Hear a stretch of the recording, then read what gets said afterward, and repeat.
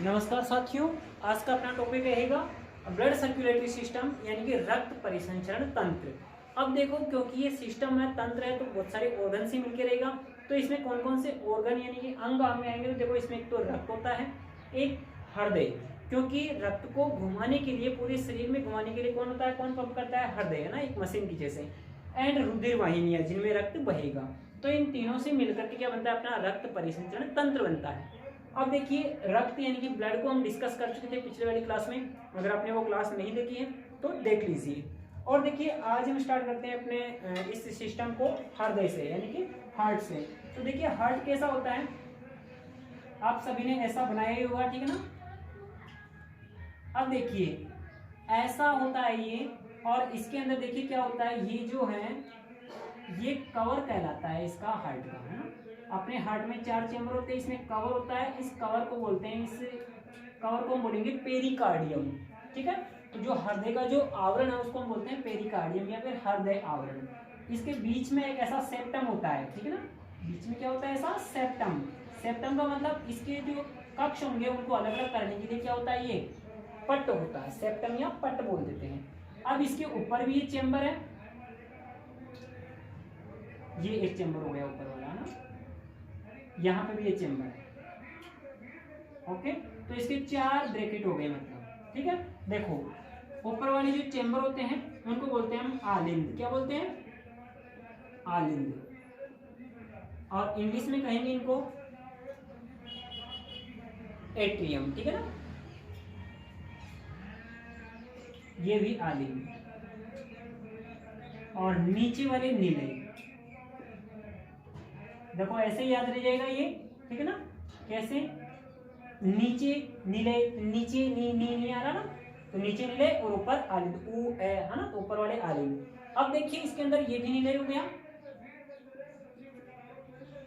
यानी कि वेंट्रिकल हो गया, ठीक है ना।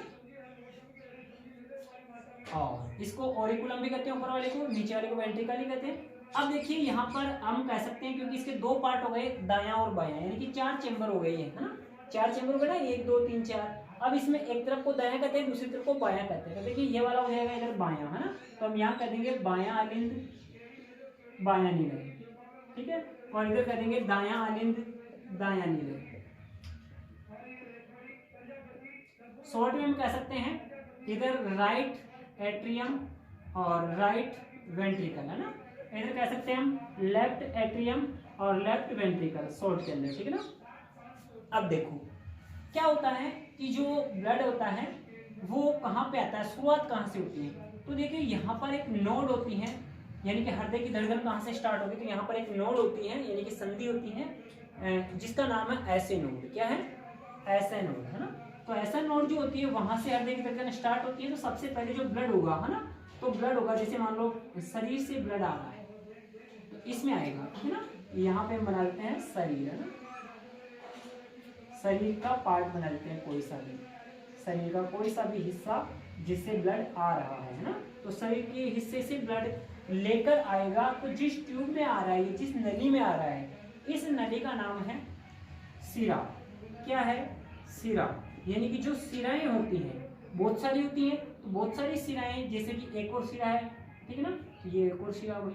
तो बहुत सारी शिराएं हैं, वो यहाँ इस दाएं आलिंद में ब्लड को लेकर आ रही है। तो ब्लड में लेकर आने वाली जो वाहिकाएं होती हैं उनको हम कहते हैं शिरा, यानी इंग्लिश में इनको कहेंगे वेन्स। क्या कहते हैं? वेन्स कहते हैं।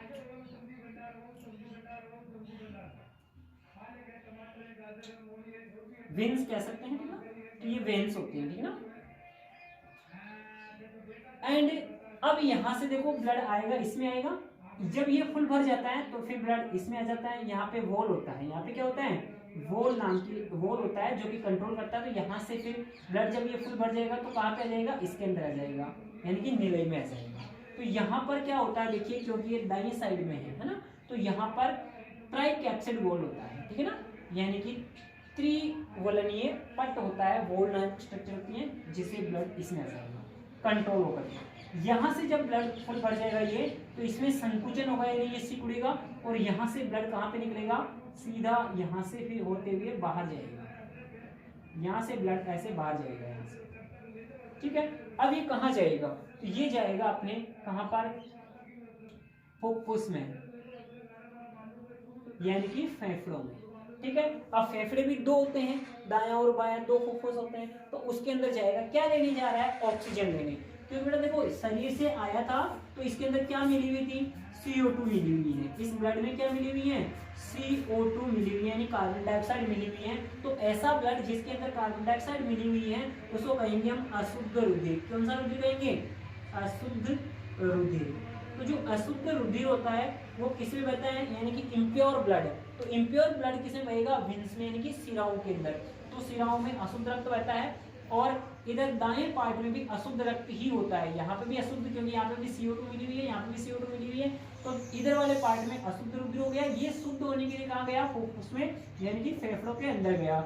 अब देखिए फेफड़ों में क्या होगा, ये ऑक्सीजन को ले लेंगे और CO2 को छोड़ देंगे, यानी कि गैसों का एक्सचेंज कर लेंगे फुफ्फुस में। अब फुफ्फुस से क्या होगा, वापस आएगा ब्लड कहाँ पे, इस वाले पार्ट में, यानी कि बाएं आलिंद में वापस आएगा। अब देखना आप क्या सोचिए कि एक बार ब्लड हार्ट में आ गया और यहां से वापस निकल भी गया, देखो है ना, हार्ट में आया और वापस निकल गया, यानी कि एक चक्कर तो यहाँ पे कंप्लीट हो गया। लेकिन शरीर से रक्त आया था, अभी वापस शरीर में नहीं पहुंचा है ना। तो अभी शरीर से आया, शरीर में नहीं पहुंचा, इसका मतलब एक चक्कर पूरा नहीं हुआ।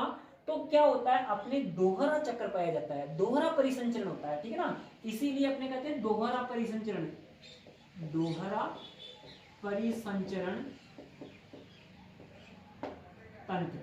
तो दोहरा परिसंचरण तंत्र के डबल सर्कुलेटरी सिस्टम होता है।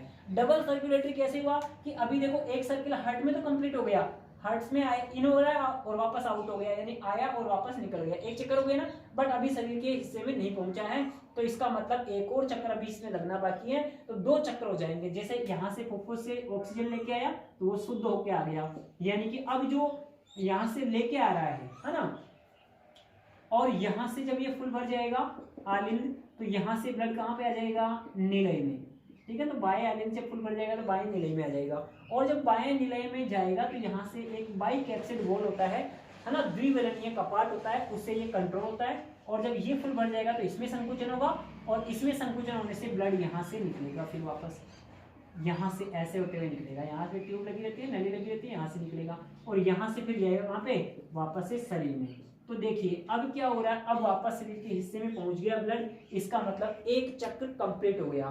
तो इसलिए क्योंकि एक चक्कर को पूरा कंप्लीट लगाने में हृदय के अंदर 2 बार रुधिर आता है और वापस जाता है, इसलिए इसको डबल सर्कुलेटरी सिस्टम कहते हैं, दोहरा रक्त परिसंचरण तंत्र कहते हैं। अब सुनिए, यहाँ पे मैंने बताई थी आपको वॉल होते हैं, और मैंने आपको ये बता दिया कि जो शरीर से लेके आएगी वो कौन होती है, शिरा होती है। लेकिन अब यहां से देखो ये वाली जो शरीर में लेके जा रही है, रुधिर को हृदय से शरीर में लेकर जो जा रही है, इसको बोलते हैं धमनी,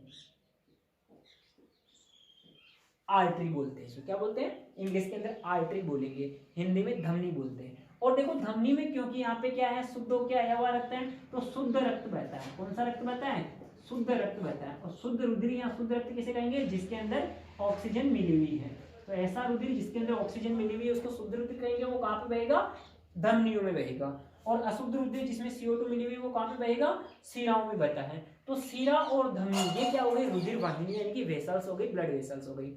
इन ब्लड वेसल्स के अलावा यहाँ पर शरीर के हिस्सा जो होते हैं, शरीर की जो कोशिकाएं होती हैं, उत्तक होते हैं, इनके पास में ऐसी छोटी छोटी कोशिकाएं होती हैं, छोटी छोटी नलियां होती हैं, इनको हम बोलते हैं केशिकाएं। इनको क्या बोलेंगे, केशिकाएं, है ना।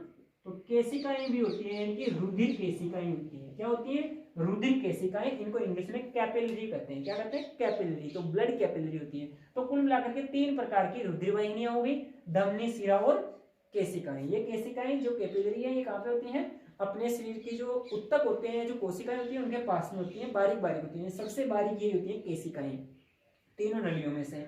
अब देखिए ये इनकी परिभाषा होगी कि शिराओं में क्या होता है, अशुद्ध रुधिर होता है, और शरीर के हिस्सों से रुधिर को हृदय में लेके आने वाली वाहिकाओं को क्या कहेंगे, हम शिरा कहेंगे। और हृदय से रुधिर को लेके जाने वाली वाहिकाओं को हम धमनी कहेंगे, ठीक है। धमनियों में शुद्ध रक्त बहता है और इसमें अशुद्ध रक्त बहता है। लेकिन यहाँ पर देखिए 2 चीजें एक और बताता हूँ मैं यहाँ पे आपको। देखो यहाँ से लेकर जा रही है कहाँ पर, फुफ्फुस में जो लेकर जा रही है। अब क्योंकि देखो इसको हम क्या कहेंगे, क्योंकि ये हृदय से लेकर जा रही है तो हृदय से बाहर निकलने वाला जो ब्लड जाएगा वो किस में बहता है, धमनी में बहता है। तो इसको हम फुफ्फुसीय धमनी कहते हैं। क्या कहते हैं इसको, फुफ्फुसीय धमनी। तो इसका नाम है फुफ्फुसीय धमनी। अब बताओ मुझे कि फुफ्फुसीय धमनी के अंदर, यानी कि इसको इंग्लिश में कहेंगे पल्मोनरी आर्टरी। तो पल्मोनरी आर्टरी के अंदर कौन सा ब्लड बह रहा है, कौन सा है यहाँ पे, देखो अशुद्ध। तो देखो अशुद्ध रुधिर जा रहा है, इसमें अशुद्ध है, यहाँ पे भी अशुद्ध है, तो इसमें भी अशुद्ध ही जाएगा शुद्ध होने के लिए। तो अशुद्ध रक्त जाता है, एकमात्र अपवाद है ये, ठीक है। वैसे धमनियों के अंदर शुद्ध बहता है, बट ये फुफ्फुसीय धमनी है तो इसमें अशुद्ध रक्त बहेगा, क्योंकि इसमें CO2 मिली हुई है। तो ये प्लस CO2 वाला ब्लड है, तो इसमें अशुद्ध रक्त बहता है, ये अपवाद है। ओके, कौन सा, फुफ्फुसीय धमनी या फिर पल्मोनरी आर्टरी। तो पल्मोनरी आर्टरी के अंदर अशुद्ध रक्त बहता है, जबकि सभी आर्टरीज में, सभी धमनियों में शुद्ध रक्त ही बहता है। अब यहाँ पे एक और बात बताऊं कि यहाँ से बताओ हृदय के अंदर रुधिर लेके आने वाले को हम क्या कह रहे थे, सिरा कह रहे थे।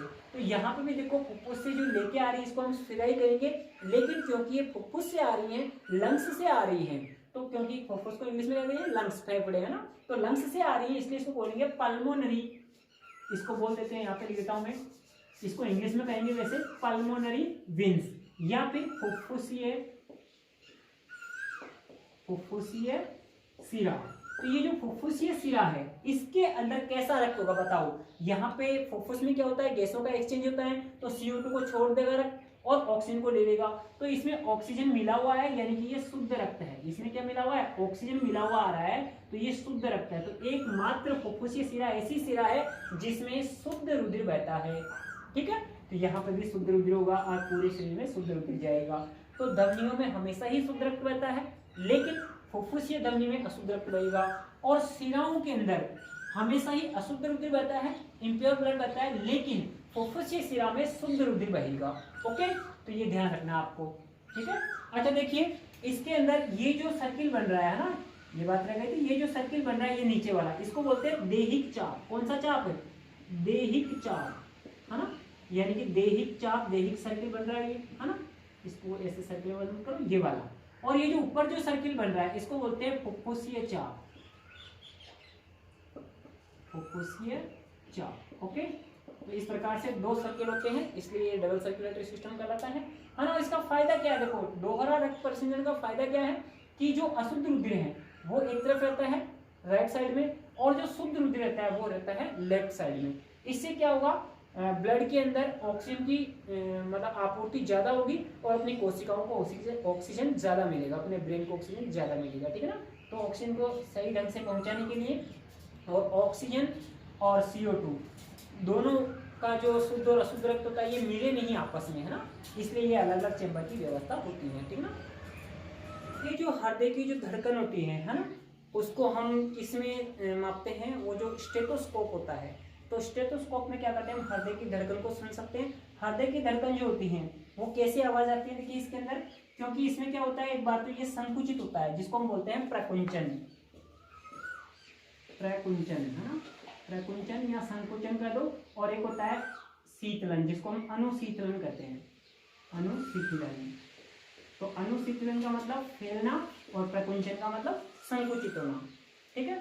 तो इसके मतलब इस पर में क्या होता है, कंटिन्यूसली चलता है, फैलता है, सिकुड़ता है, फैलता है, सिकुड़ता है, इसकी आवाज आती है जिसको हम स्टेथोस्कोप में सुन सकते हैं।